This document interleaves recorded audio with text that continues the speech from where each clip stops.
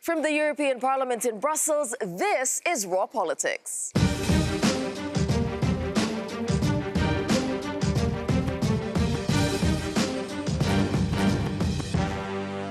Thank you for joining us tonight, and this is what we have on the program for you. Cliff edge Brexit, high stakes, high drama, low hopes as the EU summit begins in Brussels. Mission impossible. Theresa May pleads her case for a June 30th extension, while EU leaders stand firmly against it. Brexit blame game calls for the UK Prime Minister to quit after she points the finger at squabbling UK politicians. Down but not out. Anger as Viktor Orban is suspended, not expelled from Europe's biggest political group. And volte-face, a look back in the raw moment at the UK Prime Minister's changing Brexit stance.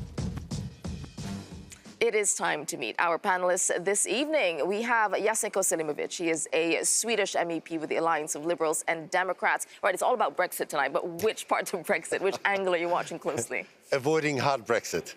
Avoiding hard Brexit. Yes, that's the one I want to discuss. All right, we'll be discussing that indeed. All right, and also joining us is Stephen Wolfe. He's a British MEP, not attached to a political group. What about you, Stephen? Oh, it's got to be politics versus the people. Oh. Without a doubt. Yeah, we were having that conversation before the show. Really interesting. Also joining us tonight, Dharmendra Kanani. He's Director of Insights at the Friends of Europe think tank. What about you, Dharmendra? I think I'll be looking at what EU leaders will do. Will they or will they not extend the... Oh, my God, isn't that the question that we want an answer to?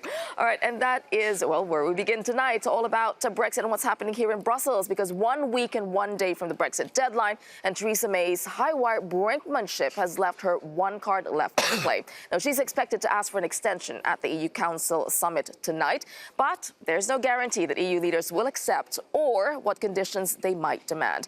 The UK Prime Minister arrived in Brussels this afternoon, fresh off an extraordinary speech last night, during which she put the blame for the Brexit mess not on herself, but on Parliament. We'll have more on that shortly, but first let's start with Theresa May's words when she arrived at the EU Council. What matters is that we recognise that Brexit is the decision of the British people. We need to deliver on that. We're nearly 3 years on from the original vote. It is now the time for Parliament to decide. A short extension gives us that opportunity to decide to leave the European Union, to deliver on that result of that referendum. And I sincerely hope that will be with a negotiated deal. So that was Theresa May. But what about European leaders? They have so far been on the same page. A short extension is possible, but only if Theresa May can vote her own deal through her Parliament. Well, let's take a listen to what Emmanuel Macron had to say upon arrival today. En cas de vote négatif britannique, nous irions vers un no deal. Nous le savons tous. Et c'est absolument essentiel d'être clair dans ces jours et dans ces moments. Parce qu'il en va du bon fonctionnement de l'Union européenne. Nous ne pouvons pas avoir des prolongations, je dirais, excessives qui viendraient entacher notre capacité à décider et à agir. Right, let us join our political editor, Darren McCaffrey, who is inside the EU Council building. Darren, a lot happening today. We heard that from Emmanuel Macron. Strong words. Is this a taste of the kind of reception Theresa May is going to expect coming here?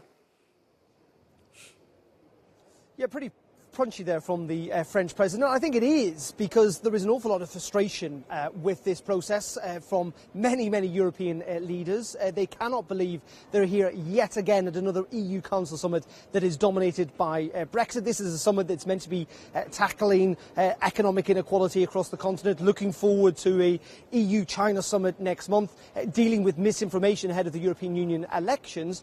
And yet here we are, and here they are having to deal with what potentially might be an incredibly difficult week for both Britain and the European Union ahead of that date, March 29th, when the UK is due to leave. And so there is frustration. Many also do not want a long extension to this process. I'm not suggesting that ultimately when it comes to it, they will veto it, because no one will want to take the blame for Britain crashing out of the European Union.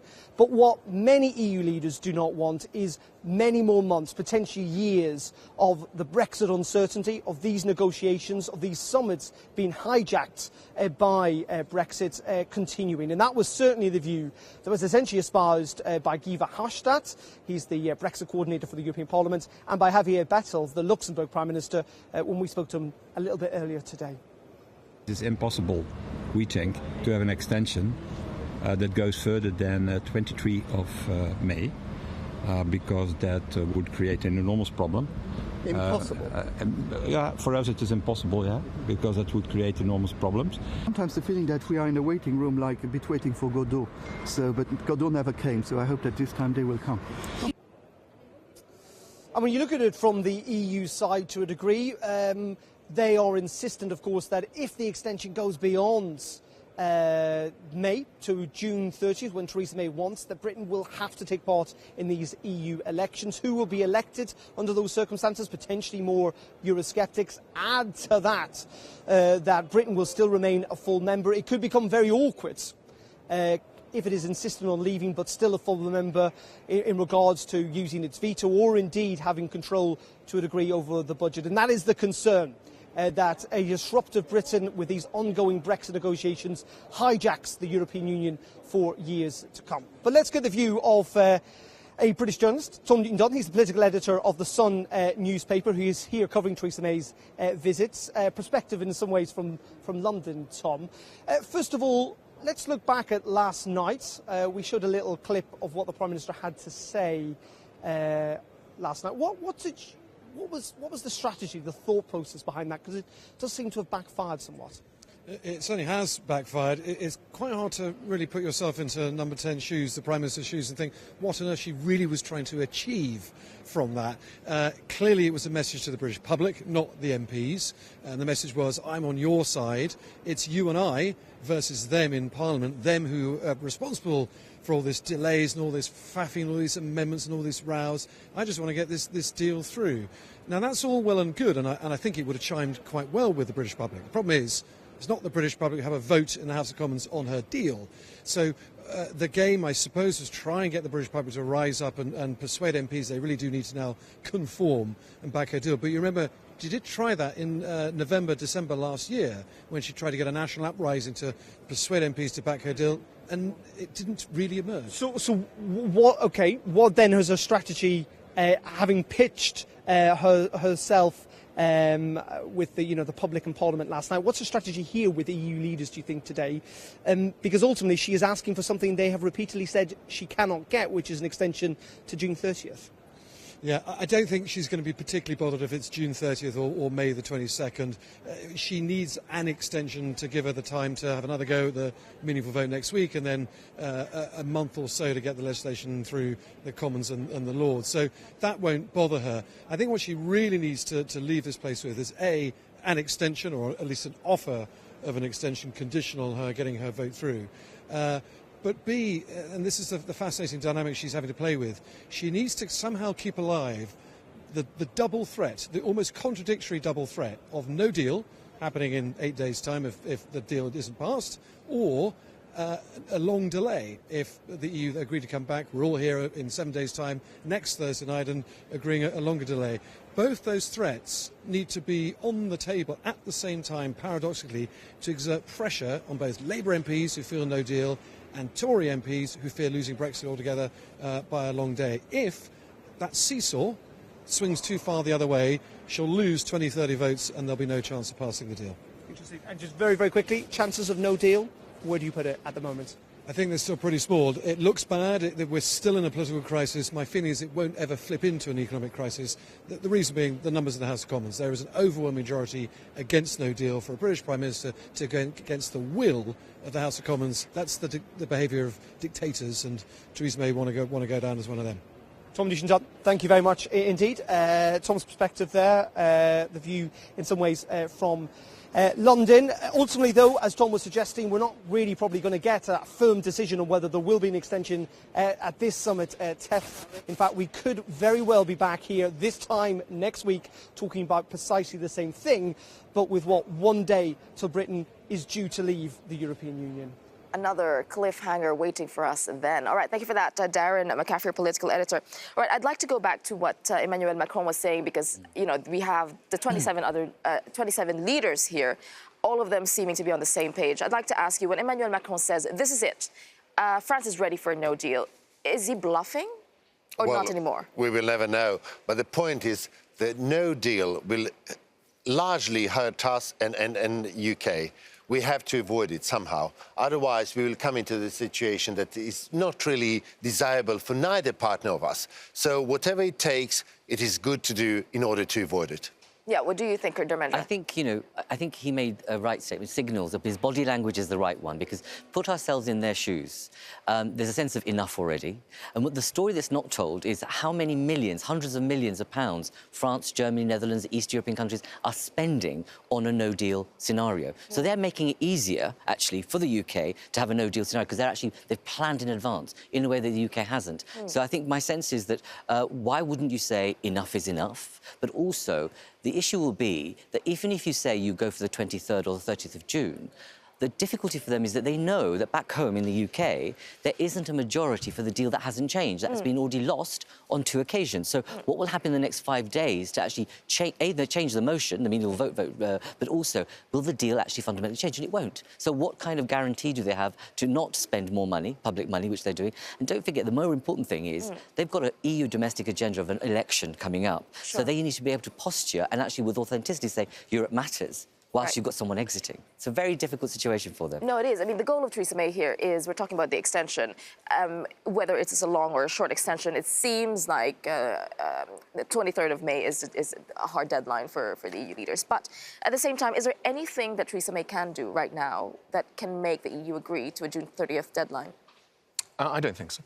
Not really. When you look at the questions put to Verhofstadt, he's repeating what he said in the Parliament last week. He's repeating what Weber and others said in the Council at the Conference of Presidents in the morning, which is that they don't want to have Britain as part of the European elections because, A, they don't want to have the conversations about Brexit dominating the agenda, and secondly, they don't want to see Farage coming back with his brand new Brexit party with 30-plus MEPs, which is no doubt will happen because of the divisions in the UK, and that will help a balance of the Eurosceptics that will gain seats to destabilise the Parliament in the next session, even when Britain finally leaves. What is the point of her being here in this case if you think that... And it goes back to the points raised here, is that in reality the European Union doesn't want to have a WTO deal. It's not a no deal, it's a WTO deal. It's just a deal that exists for the rest of the world. Why?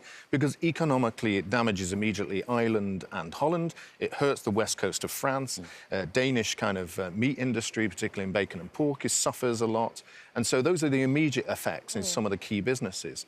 For me, I'm relatively comfortable with that in the sense that any deal would result in a short-term economic problems for ourselves. But what it would do, in my view, is focus people's minds immediately on a free trade arrangement, because we've always got most of those situations in place. And we might finally get the deal that should have been in place in the first place. But at the same time, if we find ourselves in this same position again next week, except there's only 1 day left, would the EU be the one to say, no, we're not going to extend, and therefore there will be no deal? Will the EU want to have that on them? But I think I'm not going to play this blame game, who is to blame for no deal. But the point is we have to avoid it. Because the truth is, yes, we are hurted by it, but you are hurted as well by the no deal. And by having that problem of backstop, the border between Northern Ireland and Ireland, you will have a serious problem. There is no free trade deal that can save you from that, which means that the situation of no deal, hard Brexit, should be avoided. And how to do it, well, let's see how we can come together to avoid it. But this is a situation nobody wants to have.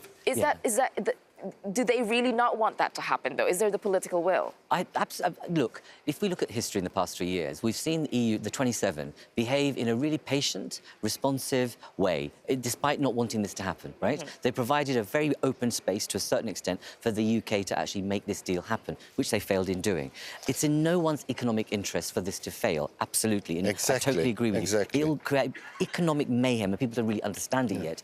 But actually, at the end of the day, by this gesture politics that's happening at the moment within the UK, it's placing the 27 leaders in a really difficult position, because they're having to be kind of moderator of what's happening in the UK, which they have no control over, but also be aware of the fact that actually this is costing them a lot politically in their backyard, but also financially out of their budgets. And so I think next week will be a test of true leadership, I think, on both sides.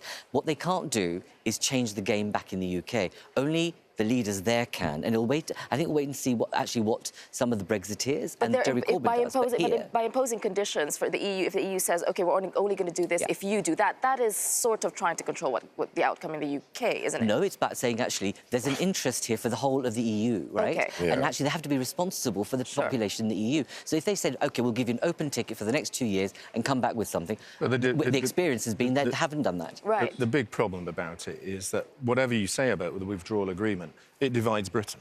It divides Northern Ireland from the rest of the country. It keeps us in a customs union in the single market, when I believe it's the political will, not the actual strategic or implementation of technology that can deal with the key issues of origins of trade, VAT, and how many vehicles are travelling with goods.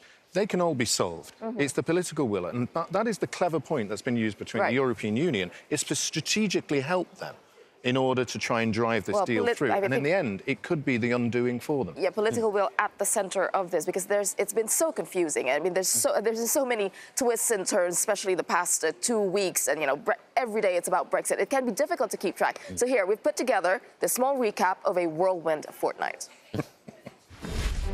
2 weeks which will stand out in the pages of British history. Over the past 14 days, Prime Minister Theresa May has lost her voice, lost her vote, and lost control of Brexit. It started with a surprise dash to Strasbourg the 11th of March. Mrs. May secured last-minute concessions from the EU, but didn't escape without a warning from Jean-Claude Juncker. There will be no third chance. Then it was back to Westminster, and a second chance Tuesday for MPs to approve her Brexit deal. So the noes have it, unlock! But another catastrophic defeat for the Prime Minister, MPs rejecting her deal by 149 votes. Kew Parliament taking back control. Division! Clear the lobby! MPs rejected a no-deal Brexit the following day and voted overwhelmingly to extend Article 50 the day after that. Then, third time lucky, as Theresa May plotted at the beginning of this week to put her deal before the House yet again, a bombshell from Speaker John Bercow. What the government cannot legitimately do is to resubmit to the House the same proposition, or substantially the same proposition, as that of last week. That brings us to today, with Theresa May back in Brussels again and a new potential standoff over the length of an extension. So what next? Well, in such extraordinary times, no one really knows. Key question, I think. Can you take 2 more months of this? How much longer? How much more of this can you take, actually? But the crucial problem here is, and let me say it frankly, that we are in this situation because the British politicians regard the future of the UK and their relation to the European Union much less important than internal fight for power.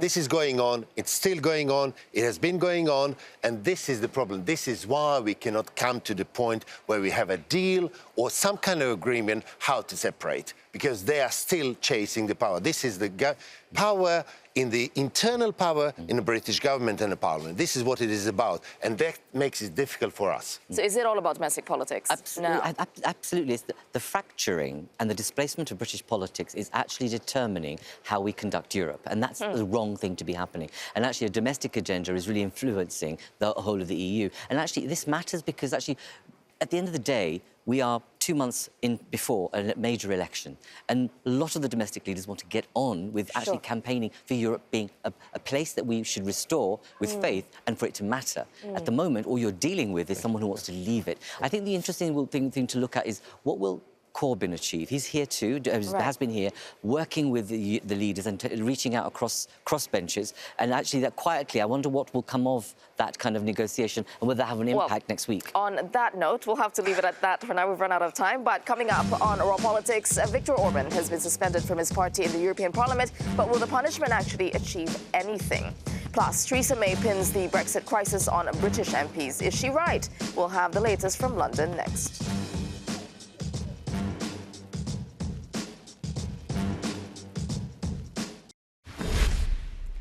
So far, Parliament has done everything possible to avoid making a choice.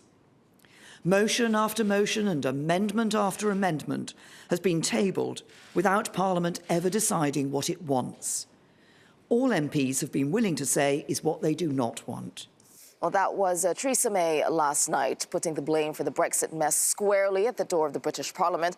And it's fair to say that her words did not go down well amongst British MPs.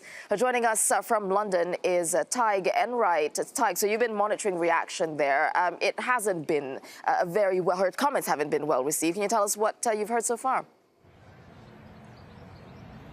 Well, they went down pretty much like a lead balloon, Tessa. Firstly, for what was not said, because she really said nothing in that speech that we hadn't heard already in terms of her strategy, and no indication about what she might do, assuming the third vote on the withdrawal agreement actually fails. And certainly us journalists were told, clear the decks, cancel your dinner plans, something major is happening this evening, and lots of us were left very disappointed by the actual outcome of it. But then, of course, there was what she did say, as you mentioned, blaming Parliament for the current impasse, and that prompted the pretty irrefutable criticism from opposition MPs that, well, you never talked to us. You never consulted with the only marginally smaller half of Parliament when it came to devising your strategy and setting out all of your red lines. So delusional is one word which keeps on coming up time and again, and tone deaf too. And what it certainly didn't do was help in her mission to win over the sceptics about her way forward. And Tig, I want to ask you about what to expect next week, because do we think, what are the likelihoods of having a third vote on Theresa May's deal? And second, do you think she's going to get the numbers this time around? Well, those two questions are pretty linked. As it stands, a vote is not actually scheduled. And the guidance we've had from government over this past few days is that they wouldn't hold a vote until they could be sure in advance that there would actually be a majority that would support it third time around. And that certainly does not appear to be the case right now. Although, of course, if she doesn't hold a vote early next week, well, then that throws all of her planned timetable, the new June 30th deadline, off track. But I think what many people here are working on the assumption of is that a third deal or third vote won't actually get done, and the big focus now is what happens. Well, what happens then? And certainly those people who still want there to be a deal with the European Union are somewhat scared by the voices that they're hearing coming out of Brussels today. Leaders like Emmanuel Macron and Angela Merkel echoing Theresa May's lines or mantra that the choice MPs face now is between her deal or potentially no deal. There was always this assumption that the EU would ultimately allow for as long an extension as would be necessary to avoid no deal. Certainly that's not what we're hearing coming out of Brussels today. And still, the unknown question is what direction in which Theresa May would seek to steer this process, assuming her deal doesn't get done, or whether indeed it will be her actually at the steering wheel. All right, thank you for that. Tig Enright there, talking to us from London. Joining us in the studio to discuss this is Andrew Adonis. He's a Labour member of the British House of Lords. We also have Saj Karim, a British MEP who sits with the Conservatives and Reformers group here at the Parliament. And still with us is Stephen Wolfe, a British independent MEP. All right, let's go back to what Theresa May did, basically. Playing the blame game. What was behind this strategy? Was it a good move, or did she just put herself in an even more precarious situation? I'll ask you that, Andrew. It was a desperate move. I mean, she thinks that her only chance now of getting her deal through is by literally at 1 minute to midnight, so 2 days before we crash out at the end of next week, making it the contrast between her deal and no deal, and she thinks that she can play a populist card and scare MPs into voting for it. But actually, in politics, insulting people isn't a good way to win them on side. And the reaction from my colleagues at Westminster to what was a whole string of insults and taunts from the Prime Minister yesterday about how it was all their fault, which, of course, is a load of complete nonsense. I mean, the reason why we're in this endgame is the government refused to engage with Parliament in month after month. It didn't even table its draft agreement with the EU for debate in Parliament until January, having constantly pulled the votes before because Theresa May thought she was going to lose them. So she's got MPs offside. I think it's utterly inconceivable that she could win a vote on her deal next week. So it's what happens now if she loses her vote next week. Is this the reaction across party, like even with the Conservatives, this blaming of the MPs? Did it not go down well with them as well? Well, I mean, it was quite clear that at some stage the blame game, which had started some time ago, is going to go full throttle out. It's at that point that the executive and the parliament are going to be at absolute loggerheads. And we're there now. And really now it's quite simply a case, I have no doubt at all, that parliament is going to assert its authority and its position now. It's been left with no choice after yesterday's speech. But actually, you were talking before the show. You have a different opinion. You think that this was actually a smart move. I think it's a smart move for her because already the people have a very low opinion of British politicians. They already feel that politicians in Westminster are against the people. And by aligning herself to that view, where you see the polls at the moment say that 80% of the people are saying that politicians in Parliament are to blame for not getting Brexit.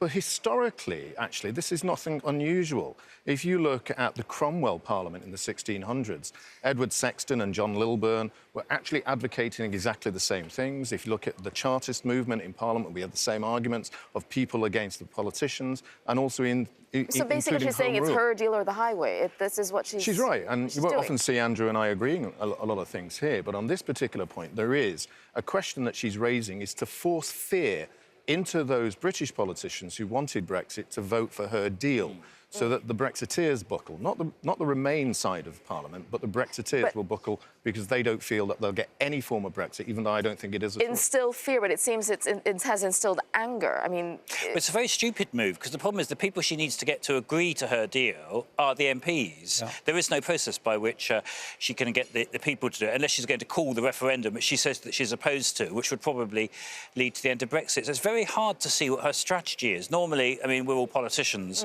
Normally, you can work out what the strategy is, but blaming the politicians when you actually need the politicians to vote for you, and they're not going to do so in this case. They've got no incentive whatever because she is so unpopular. The most unpopular person in this process is Theresa May herself. It's not a case of an unpopular parliament and a popular leader who is appealing over their heads. We have a wildly unpopular leader, a government that's blamed for the fact that we're in this mess, and a parliament which is generally seen by people as trying to sort it out. So I don't think she can win this at all. I don't think that's necessarily the case, Andrew. Don't you think that a lot of people will actually look at Parliament, which is predominantly a Remain Parliament, being seen as the people that can blame? And that's why she's doing it, because she will say that the majority of the public are saying it's Parliament that's causing the problem. And so she's aligning herself, rightly or whether you think that's wrong or right. I think the strategy is to try and align it herself with the people who think already very badly of Parliament. How does that move matters forward? It doesn't. No, it just simply pushes you further into a deadlock and a cul-de-sac. And also, by taking away the possibility, because she said that, we don't want to go beyond June the 30th, by taking away the possibility of a long Brexit, the possibility of a no Brexit, didn't she just take her leverage away? I mean, what is that? I think maybe she was just being honest. Some people are. I think she doesn't see that she could play a role if either Brexit is stopped or there's a long extension and there's therefore a whole process of new negotiations and potentially a referendum and so on. And I think that may just be a statement of the truth. I don't think she does have a role to play in either of those eventualities. So she was staking, you know, she's in the last chance saloon and she was saying, this is the only basis on which I can carry on. And now what happens to her? What happens to Theresa May? Do you think the resignation is on the table for her? I think absolutely anything could play out. It's quite clear now that her own position within the party now is very weakened, particularly after yesterday's speech. I've had a number of conversations, not just with MPs. Do you think she was actually hinting at the possibility of her quitting, as some would interpret what she was saying? Parts of what she has said has been interpreted in that way, and I can see why it can be interpreted in that way. Whether she actually means it or not, only time will tell. We will have to see. So those conversations that you were having, what were you hearing? Well, it's quite clear that people are now firmly of the view that Parliament is going to assert its own position to this whole mess and the way that it's playing out. There's no doubt about that. So far as European Council is concerned, they are trying to get their deal through. What do you mean assert one's position? Well, so far as ECO is concerned, they are trying to get their deal through. Parliament's already said that this deal is not good enough. They are not going to change their mind on that. The British Parliament has also said that we are not going to exit without a deal. So when President Macron says it's either this deal or you're leaving without a deal, Parliament's already taken a stance on that. And so I think in the next coming hours and days, you're really going to see the British Parliament coming to the fore and saying, our executive's position is not acceptable to us. These signals that we're getting from ECO, that's not acceptable to us. This is the way forward that we see. And I think ultimately what they're going to do is go for a long extension. I agree with that, because it's just eliminating the options. Her deal is not going to go through. On that basis, there isn't going to be a 3-month extension. Parliament is not in favour of no deal. There's a 2-to-1 majority against no deal in Parliament. So the next step will be an application for a long extension. And Donald Tusk has as good as said that that's what he'd like to see. Now, clearly, there's some boxing and coxing going on in the European Council. That's what I would expect to see happen. And it plays exactly into the hands of people against Parliament, because she will say, we, the executive, have been pushed out by Parliament. Parliament doesn't want to have Brexit. They will make sure it doesn't happen. People, I'm sorry. And that will just drive forward her narrative. So that could be a part of this. What is Theresa May up to? All right, let's move on. EU leaders weren't the only ones in force here in Brussels. There were other people as well. Let's take a look.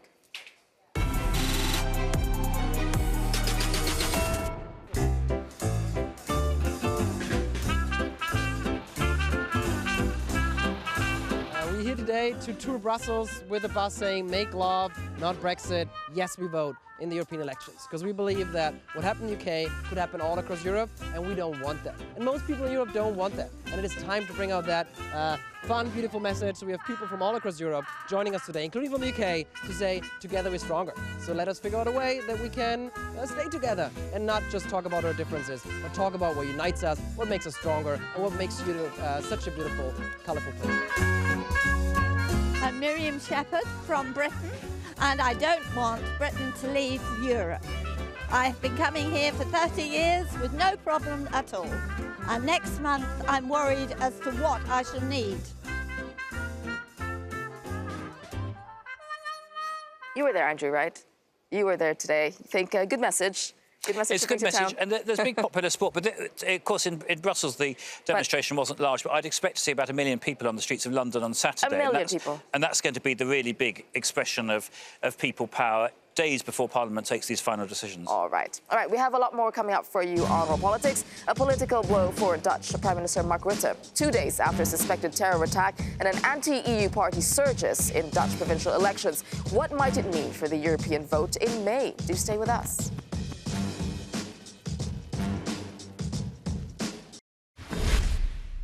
If we want to build up trust again between Fidesz and the EPP, then it will take a lot of time.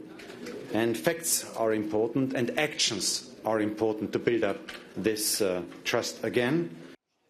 Welcome back to Raw Politics. That was Manfred Weber last night. He was responding to a decision from his political group, the EPP, or European People's Party, to suspend Viktor Orban's Fidesz party from its ranks. Now, the Hungarian leader traveled to Brussels to hear the outcome of that vote.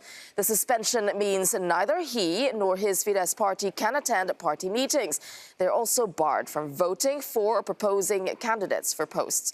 This decision comes after months of tensions, and critics accuse Mr. Orban of dismantling liberal democracy and threatening the rule of law. But the final straw was a billboard campaign targeting leading EU officials, and here's what the Hungarian leader had to say last night. A legerősebb pártja az európai politikának. Szeretnénk, ha egységes kampányt tudnánk folytatni, és azt szeretnénk, hogyha hosszabb távon is ebben a pártban, az Európai Néppártban nem a baloldali liberális gondolatok uralkodnának, hanem egy kiegyensúlyozott pártcsalád maradna, ami csak úgy lehetséges, hogyha abban mi, a keresztény konzervatív értékeket képviselő párt is jelen vagyunk. És ezért azt a megoldást választottuk az egység érdekében, hogy elővettük azt a forgatókönyvet, amit 2000-ben egyszer már kipróbáltunk, és ezt terjesztettük elő kompromisszumként. And joining me in the studio is Judith Sargentini. She's a Dutch MEP from the Greens EFA group. And we also have Sirpa Pietikäinen. She's a Finnish MEP from the European People's Party. And Esther Zalan, a reporter with the EU Observer. Now, I'll start with you, Judith, because you were one of the strongest voices in calls for, Viktor Orban, calling out Viktor Orban on what is happening in his country. Are you happy with what the outcome has become? Come out? No, I'm not, because the EPP has suspended Fidesz and Viktor Orban after him taking 9 years to break down democracy and rule of law in his country. And the argumentation the EPP uses is that they are angry about the way Fidesz and Orban are treating other Christian Democratic Party members. But the real issue is the rights of Hungarian citizens. And that has not been touched upon. And there's no signal from the EPP to these citizens that they will help restore democracy. Well, Sirpa's saying there has been signal from the European People's Party. So yeah, you are from the same party. You were in that meeting. So what is the EPP standard? Is this a strategy just to keep the numbers in while having a symbolic compromise decision? Is it a fudge, basically? No, it is a gradual process to expel Fidesz out of the EPP. That's why I was so astonished of the Viktor Orban's interpretation what happened. My party from Finland, Kokoomus, was among those 13 ones that were ready to expel him immediately. And the reason to do it immediately, of course, would have been, as you said, we've seen 7 years. Nine years. But 7 severe years on actions against the core principles of EPP and EU. The rule of law, the democracy, the human rights and all that. And that was very strongly stated in our meeting also. We tried to draft a compromise and it was overwhelmingly accepted, and that's why that was not so strongly stated out there as we would have hoped. But the line is clear. They are suspended. Right. And before the 3 former party leaders could say that I doubt that will ever happen, that they are behind the EPP and EU core values, they will not get back. Is this the... Okay, Esther, you want to say something? Yeah, and I want to know if this is the most... The decision to expel Fidesz has basically been delayed for after the elections to allow EPP as well as Fidesz to see how the vote is going to shape the new European Parliament and whether EPP will actually need those 12 MEPs that Fidesz is providing. And unfortunately, because of the way this decision has been made, which says in the internal document of EPP that it's a joint decision, Fidesz now and Prime Minister Orban now is spinning the argument that it's actually him who's going to evaluate whether EPP is good enough for him, and it's him who is suspending himself from EPP rather than having this rebuff from the party. I have no doubt, Sirpa, that you actually really wanted to expel them. And I know you've been fighting for democracy and rule of law and against the Fidesz government for a long time. But this is still power play. And what it's supposed to be doing is making sure that Manfred Weber, the Spitzenkandidat for the Christian Democrats, can still bid for the position of Juncker. But I don't see, if they're not clear after 2 months after the European elections, what the position of Fidesz is in the European People's Party, then how can we put our trust into Manfred Weber? You disagree with that? I disagree that it is a power play. I would have preferred, and there's a strong group of us that have preferred much stronger language and the immediate expansion. But it is politics. Let's face it, we did not have and the does the EPP majority. need the numbers? Yeah. The EPP needs and then when it comes to EPP numbers, our interpretation, and I would say it's at least half of our political group, is that we lose more seats and support all over the Europe than what we gained with the 12 people. Okay, last word, and we'll have to move on. Well, this is still about the rights of Hungarian citizens. And it is painful to see that the EPP, after 9 years of actually legitimizing the Hungarian government... in the end? Well, they have not done it. They've suspended so that in Western Europe they can say, you see, suspension. And in Central Europe you can say, well, we're investigating. And only because they don't want one of their own to be pissed upon, because that's the issue. All right. OK, we'll move on for now from Hungary, because Brexiteers aren't the only EU skeptics making news tonight. Local elections in the Netherlands were being watched as a bellwether of the European vote as well. And an anti-EU populist party just surged ahead. That story leads off tonight's Ballot Buzz. Forum komt binnen met 13,3%. Meet Forum for Democracy, the upstart Dutch populist party that just shocked the political establishment. According to preliminary results, it won the most votes in provincial elections just 2 days after a suspected terror attack in Utrecht. Led by Thierry Baudet, the group also stripped the Prime Minister Mark Rutte of his Senate majority, forcing him to look for outside support to pass legislation. Better late than never. Months after other groups announced their Commission presidency candidates, today Europe's Liberals unveiled Team Europe. Not 1, but 7 prospects for the job, including Competition Commissioner Margrethe Vestager, former Belgian Prime Minister Guy Verhofstadt, and Italian ex-Commissioner Emma Bonino.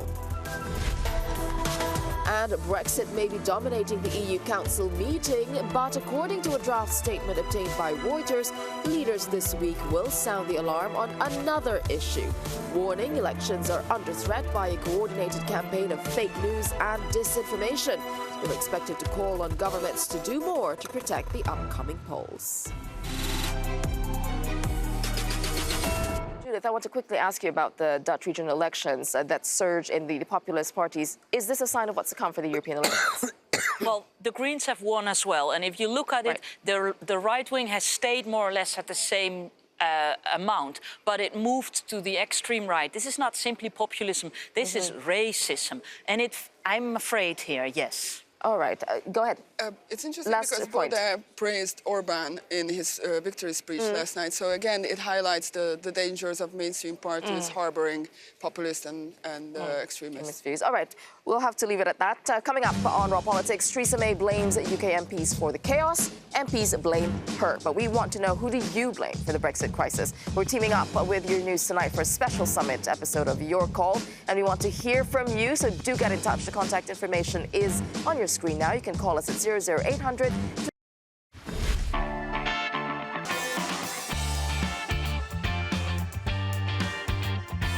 Democracy is alive and kicking.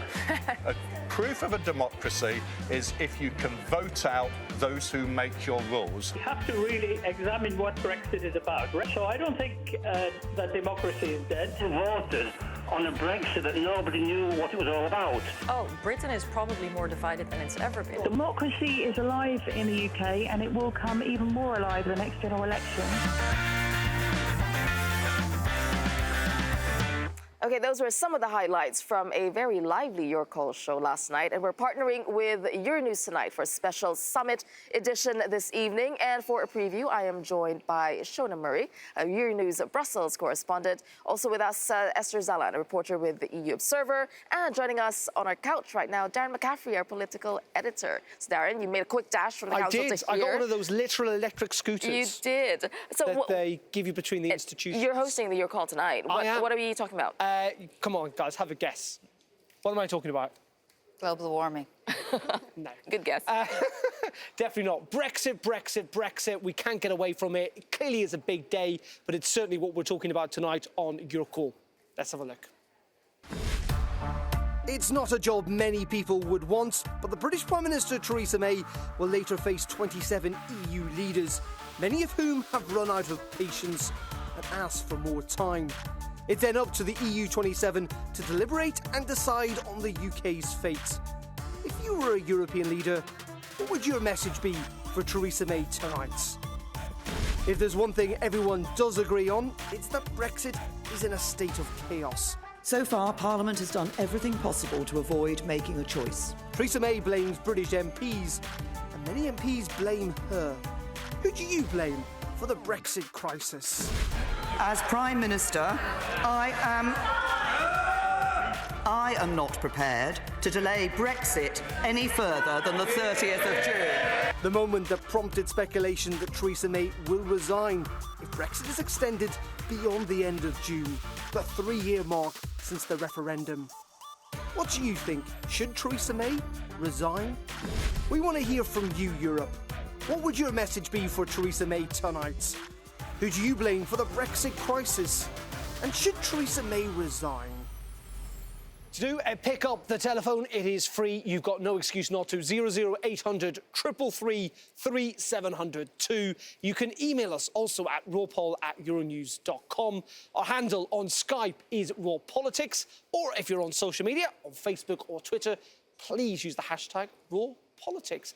Get in touch. Join the debates. All right, yeah. So indeed, it's all about the Brexit and the EU summit. The council meeting is happening tonight. What kind of reception is Theresa May going to be receiving? Because we were asking you what will your message be to Theresa May tonight? So what could she expect from the leaders who are here? I think that there'll be the usual sympathy, but absolute frustration that Theresa May has, she came late with her letter yesterday, so I think that people think that's not very courteous of her. And there was an expectation that the extension will be longer. And now the question arises over her obligations in the European Parliament, and that's confusing people. It's kind of like last night she said that people were frustrated in Britain. They just want Brexit done. It's not just the people of Britain. I can tell you that almost everyone I speak to here in Brussels also and we heard from Emmanuel Macron today. He said, this is it. This is it. France is ready for a no-deal Brexit. I mean, is this the kind of message that Theresa May is going to be expecting? Maybe not so bluntly, but yes, she will definitely have sort of a cold reception, and everyone's looking at her to, give us something to work with. We want to help you, but help us to help you, because it's not going anywhere. I think the Irish Prime Minister threw a terrible spanner in the works there. He did as well, yeah. He said the UK will be obliged to hold elections if they stay after June. If not, it'll require treaty change, which will require a referendum in Ireland. I know, that's another layer of referendums. In saying that, we're also asking, who do you blame? Who takes responsibility for this crisis, last night? May last night clearly blaming MPs in Parliament. But many would say she's to blame. She caused an election that led to a divided parliament where she lost her majority. She carried out negotiations for 2 years without consulting anyone in parliament whether they would vote for them or not. It's a bit rich for the Prime Minister to say, well, it's everyone else's fault. Sure. It's naturally not mine. What about her point, though, as well? I mean, the Brexiteers are the ones who consistently vote against Brexit, and that I can understand is frustrating for Theresa May. Yeah, I mean, they obviously argue that her deal is worse almost. It's not Brexit at all. It's Brexit in name only, they say. So again, if you have any ideas, the questions that we're asking you tonight, all about Brexit, what would you do if you were in the positions of the EU leaders? You think Theresa May should resign, and who do you blame for that? So contact information, you know how to get in touch. Call us. Number is 00800 3333 7002. You can send an email to rawpoll@euronews.com or social media. We're there. We're waiting for you to use the hashtag #RawPolitics, and you can search for us on Skype as well. All right, for tonight's Raw Moment, let us take a look back at over the last 2 years to see just how much Theresa May's Brexit plan has unraveled.